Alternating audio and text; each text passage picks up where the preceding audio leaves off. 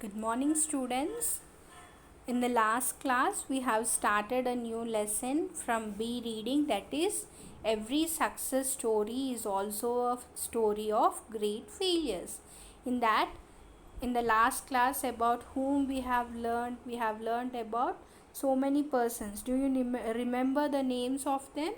Yes, first one was Abraham Lincoln, second is Lee De Forest, third is Wright brothers, fourth is Colonel Sanders, fifth is Walt Disney, sixth is Thomas Edison, seventh is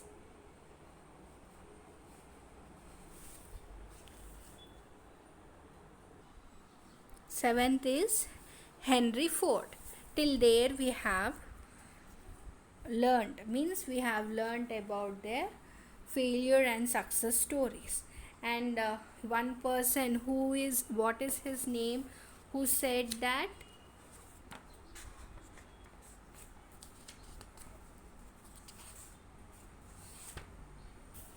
failure, who said that uh, if we want to succeed in our life, we have to double our failure rate. Yes, he is Tom Watson Sr. What he said? He said if we want to succeed, we have to double our failure rate. Isn't it? Till there we have learned. We will continue with the remaining part of the lesson. Do you consider these people failures? They Do you consider these people failures? They succeeded in spite of problems, not in the absence of them, but to the outside world. It appears as though they just got lucky. Here, till all these persons we have learned yesterday in the last class, do we consider them as fair? Do we consider those people as failures? No, because they succeeded in spite of their problems. But normally outside world, what they see, it appears as though they just got lucky. Normally when we read about, when we come to know about them, we just say they are lucky, but we don't know the inside struggle what they have faced. So in spite of their failures, they tried hard and hard and succeeded in their life, isn't it? All success stories are stories of great failures. The only difference is that every time they failed, they bounced back. This is called failing forward rather than backward. You learn and move forward. Learn from your failure and keep moving. Here, what they are saying, all success stories are stories of great failures, because if a person is succeeded in his life, to get that success, he will be failed so many times. So they are saying that only, that all success stories are stories of great failures. The only difference is that every time they fail, they bounced back means recovered quickly after a defeat or a failure. This is called failing forward rather than backward. Normally, suppose you only think, if you have failed in any exam, just assume yourself that you have failed in any particular subject. What you will do? No, this time I have to work hard for sure and I have to get good marks. You will be thinking like that and you will be working hard, isn't it? So in the same way, they also, when they failed, they bounced back, means they have recovered very quickly and they have improved themselves. So that is called failing forward rather than backward. You learn and move forward. Normally from our every failure teaches a lesson for us. So they are saying that you learn and move forward. Learn from your failure and keep moving. Whenever we fail, we have to learn the reason. Normally, when if we fail, we will be we have to think once, what was the reason, what was the mistake which we have made. So we have to think about that, and we have to try to correct them. So by that failure, we have to learn and keep moving. In 1914, Thomas Edison, at age 67, lost his factory, which was worth a few $1 million, on fire. It had very little insurance. No longer a young man, Edison watched his lifetime effort go up in smoke and said, "There is great value in disaster. There is great value in disaster."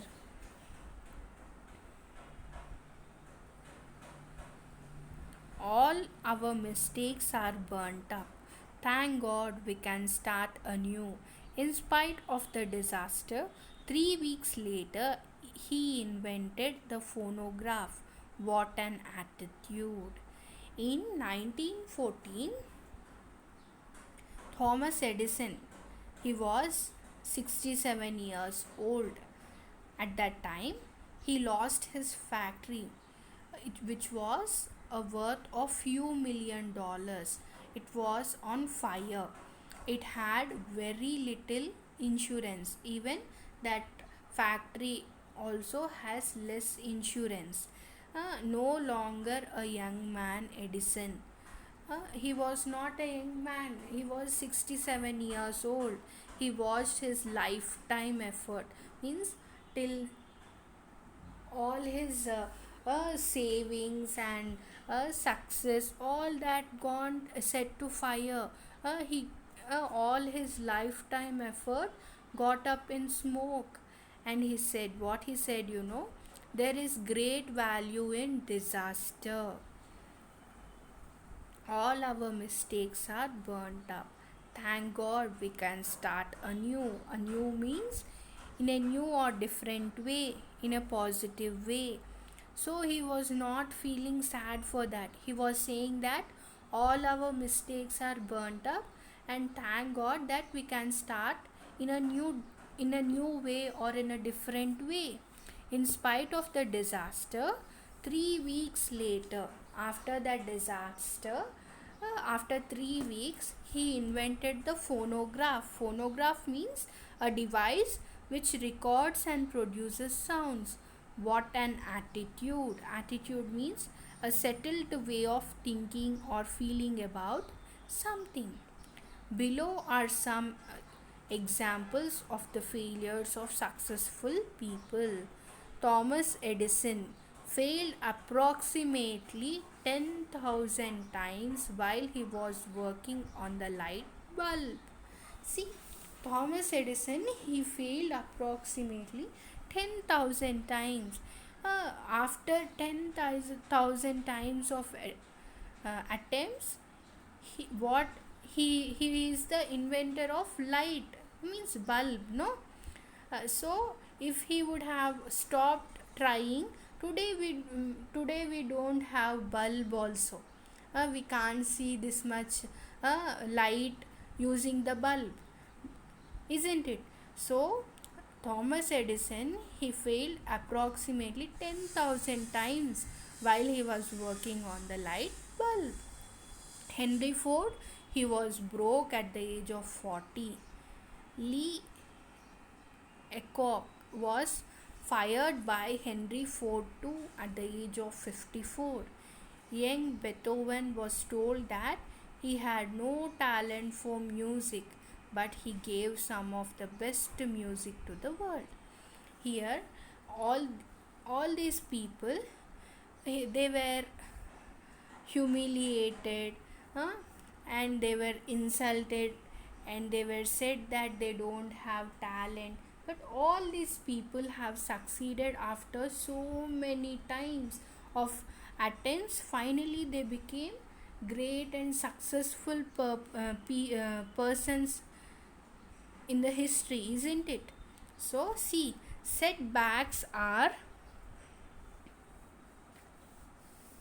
setbacks are inevitable in life. Setback means a problem that delays or prevents progress. Means, suppose if you want to do something and some or the other hurdles are coming, so they are saying that setbacks are inevitable. Inevitable means certain to happen. Those delays are to happen something, isn't it? So they are saying that setbacks are inevitable in life. A setback can act as a driving force and also teach us humility. Humility means the quality of not being too proud about oneself. In grief, you will find courage and faith to overcome the setback. We need to learn to become victors. Victor means the winner, not victims. Fear and doubt short circuit the mind. They are saying what they are saying. A setback can act as a driving force and also teaches humility. Humility means we shouldn't be proud of anything. We should be simple and soft, isn't it? So what they are saying, in grief you will find courage and faith to overcome the setback.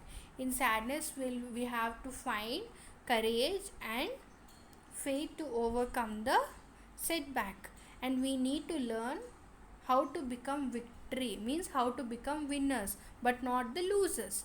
Fear and doubt short circuit the mind. If we suppose now, if you want to do any particular thing and you want to do, but you may be thinking that can I do, means will I be successful or not. Those doubts make us weak, isn't it? So that fear and doubt short circuit the mind. Ask yourself after every setback, what did I learn from this experience? Only then you will be able to turn a stumbling block into a stepping stone. Stumbling block means a problem or difficulty that stops oneself from achieving something. You may be saying, ma'am, I am trying a lot to get good marks in this particular subject, but I am not getting. So those things, those that is called a stumbling block. You have to see what is making you to not get the exact marks what you are expecting, or uh, the exact result what you are expecting. So what they are saying, we have to ask ourselves every time after a setback, what did I learn from this experience. We have to check what we have learned from that setback. Only then we will be able to turn a stumbling block into a stepping stone. If we learn from our failures, then only we will become a successful person, isn't it? The motivation to succeed comes from the burning desire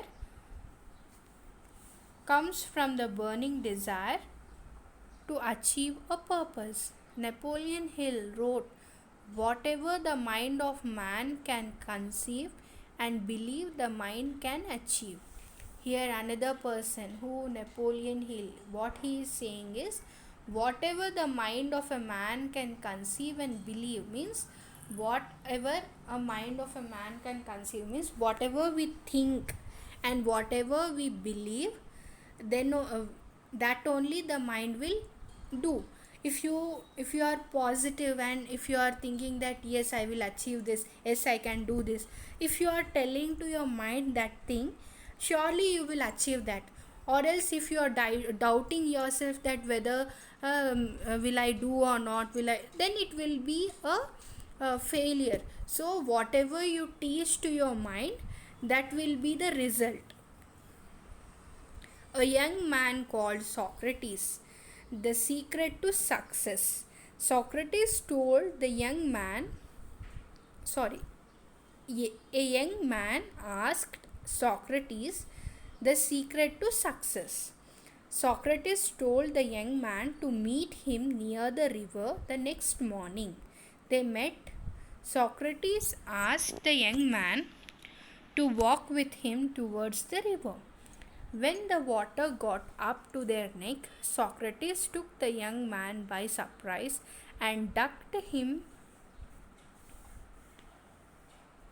into the water. The boy struggled to get out, but Socrates was strong and kept him there until the boy started turning blue. Socrates pulled his head out of the water, and the first thing the young man did was to gasp and take a deep breath of air. Socrates asked, "What did you want the most when you were there?" The boy replied, "Air." Socrates said, "That is the secret to success. When you want success as badly as you wanted the air, then you will get it. There is no other secret." So one day a young man asked Socrates. What did he ask? What is the secret to success? Then what did Socrates told, Socrates asked that young man to meet him near the river next morning. They met, and Socrates asked that young man to walk with him towards the river. When the water got, means they were moving towards the river, and when they reached water to their neck, Socrates took that young man and he ducked him into the water. Ducked means pushed somebody underwater and held them there for a short time. Means he pushed him into the water for some time, isn't it? The boy struggled to get out, but Socrates was strong and kept him there until the boy started turning blue. The Socrates pulled his head out of the water, and the first thing the young man did was to gasp. Gasp means to breathe quickly in a way that can be heard because one is having difficulty in breathing. So if that young man was in the water for few seconds, he was unable to breathe. When Socrates pulled him out from the water, he started gasping, means he was taking the breath with a sound.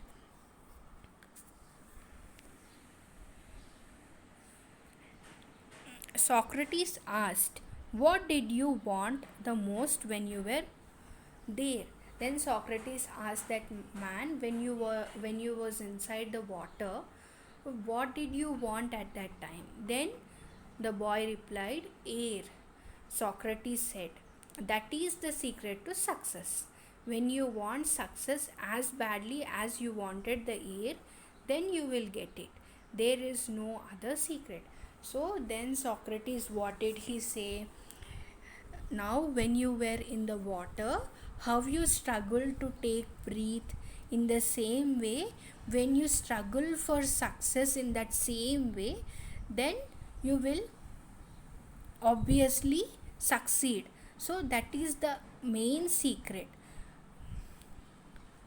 So he explained to the young man, saying that as you struggle to take breath, in the same way, means how much badly he tried to take the breath, means take the air.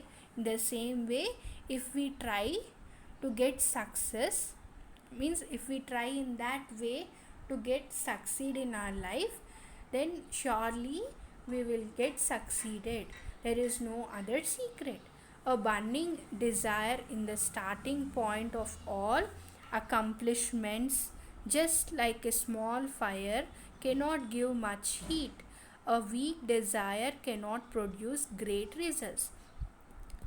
A burning desire is the starting point of all accomplishment. Accomplishment means something successful or impressive that is achieved after a lot of effort and hard work. A burning desire means you have to, means how before in the before paragraph, what we have seen, when that young man was in the water, he struggled to take the air. In the same way, if we have that much struggle towards desire, that is the starting point for all accomplishments. Just like a small fire cannot give much heat, a weak desire cannot produce great results. Normally, if we lit a small lamp and if we expect more heat, it won't give. The same way, if we have a weak desire to success, it also cannot give great results for us. if you think if you think you are beaten, you are. If you think you are dare not, you don't. If you like to win but think you can't, it's almost a chin you won't. It's almost a cinch you won't. If you think you'll lose, you are lost. For out in the world we find success begins with a fellow's will. It's all in the state of mind. If you think you are outclassed, you are. If you have got to think high to rise, you have got to be sure of yourself before you can ever win a prize. Life's battle don't always go to the stronger and faster men, but sooner or later the man who wins is the man who thinks he can. Here it is a short uh, lines they have given for us, that is, see, if you think you are beaten, you are, means before also we have read that whatever our mind thinks, that only will happen. In the same way, if you think you are beaten, you are. If you think you daren't, you don't, means if you think you don't have dare, you don't have. If you like to win but you think you can't, suppose you want to win but you may have a doubt that whether I may win or not, then you can't. It's almost a cinch means a thing that is certain to happen. It's almost a cinch you won't, means it is completely on our thinking, isn't it? If you think you'll lose, you are lost. If you think I will lose, then surely you will lose. For out in the world we find success begins with a fellow's will. Whenever, if we see, if we have has a desire to succeed in our life, then only we will get success. It's all in the state of mind. It is completely in the control of our mind. What we think, only what we think, we get that only. If we think positively, we get positively. If we think negatively, we get negatively. If you think you are outclassed means overcame, you are. You have got to think high to rise. You have to think high. If you want to raise, you have to think high. You have got to be sure of yourself before you can ever win a prize. Life's battles don't always go to the stronger and the faster men. Life's battle not only go to the stronger, means for seeing a person who is strong and faster, it doesn't go for them only, but sooner or later the man who wins is the man who thinks he can. For example, you may be very strong and have good personality, but success not go for those people, means along with that you have to have a desire to get succeed in your life. So what they are saying, it may be soon or late, but the man who wins is the man who thinks he can. Until you think that you will get it, till then you will not succeed in anything. So this lesson this story was said by Shiv Kher. Shiv Kher is the author of the story. Just we will see about him. Shiv Khera is an Indian author of self help books and activist. While working in the United States, he was inspired by a lecture delivered by Norman Vincent Peale and followed his motivational teachings. Khera has written several books, including You Can Win. His mission is to ensure freedom through education and justice. Shiv Khera was born in a business family which used to have coal mines at Kendua in Dhanbad, India. Soon after the nationalization of coal mines by the Indian government, he had to search for his own living. In his early years, he worked as a car washer, a life insurance agent, and a franchise op- op- operator before he became a motivational speaker. Even he also, before becoming a motivational speaker, he also faced so many problems, and he worked as a car washer, life insurance agent, and a franchise operator. Later he became a motivational speaker. Here there are some of the hard words for you: bounced, insurance, disaster, phonograph, approximately, inevitable, stumbling, motivation, struggled, gasp, accomplishment, cinch, outclassed. Students, here I have given meanings also for you. Uh,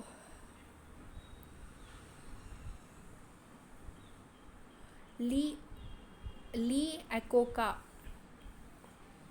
sorry, Lee Iacocca, an American businessman known for engineering the Ford Mustang and Ford Pinot cars. He was the former chairman of the Chrysler Corporation. He was one of the most famous business people in the world.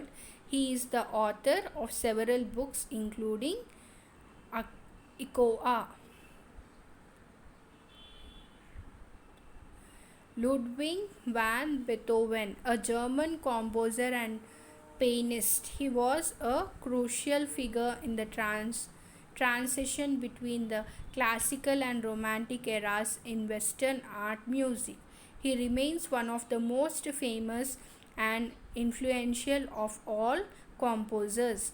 His best known compositions include nine symphonies, five concerts, two piano sonatas, and 16 string quartets. He also composed other chamber music choral works. Napoleon Hill, an American author in the area of the New Thought movement, who was one of the earliest producers of the modern genre of personal success literature. He is widely considered to be one of the great writers on success. Conceive, to form an idea, a plan, etc. in your mind, to imagine something. Socrates, a classical Greek Athenian philosopher, credited as one of the founders of Western philosophy. He is an enigmatic figure known chiefly through the accounts of later classical writers, especially the writings of his students Plato and Xenophon, and the plays of his contemporary Aristophanes. Many would claim that Plato's dialogues are the most comprehensive accounts of Socrates to survive from antiquity. Socrates have become renowned for his contribution to the field of ethics. Ducked, pushed somebody underwater, and held them there for a short time. Cinch, a thing that is certain to happen. Bounced, recovered quickly after a defeat or a failure. Phonograph, a device which records and reproduces sound, approximately, roughly, inevitable, certain to happen, stumbling, a problem or difficulty that stops oneself from achieving something, outclassed, overcame, gasp, to breathe quickly in a way that can be heard because one is having difficulty in breathing, accomplishment, something successful or impressive that is achieved after a lot of effort and hard work. Students, home assignment for you is write hard words and meanings in your notes. I have given you the hard words and the meanings clearly above. Write them neatly in your notes without any spelling mistakes and learn the spellings of the hard words and also learn the meanings. Okay, students, we will continue the remaining part of the lesson in the next session. Thank you. Have a good day.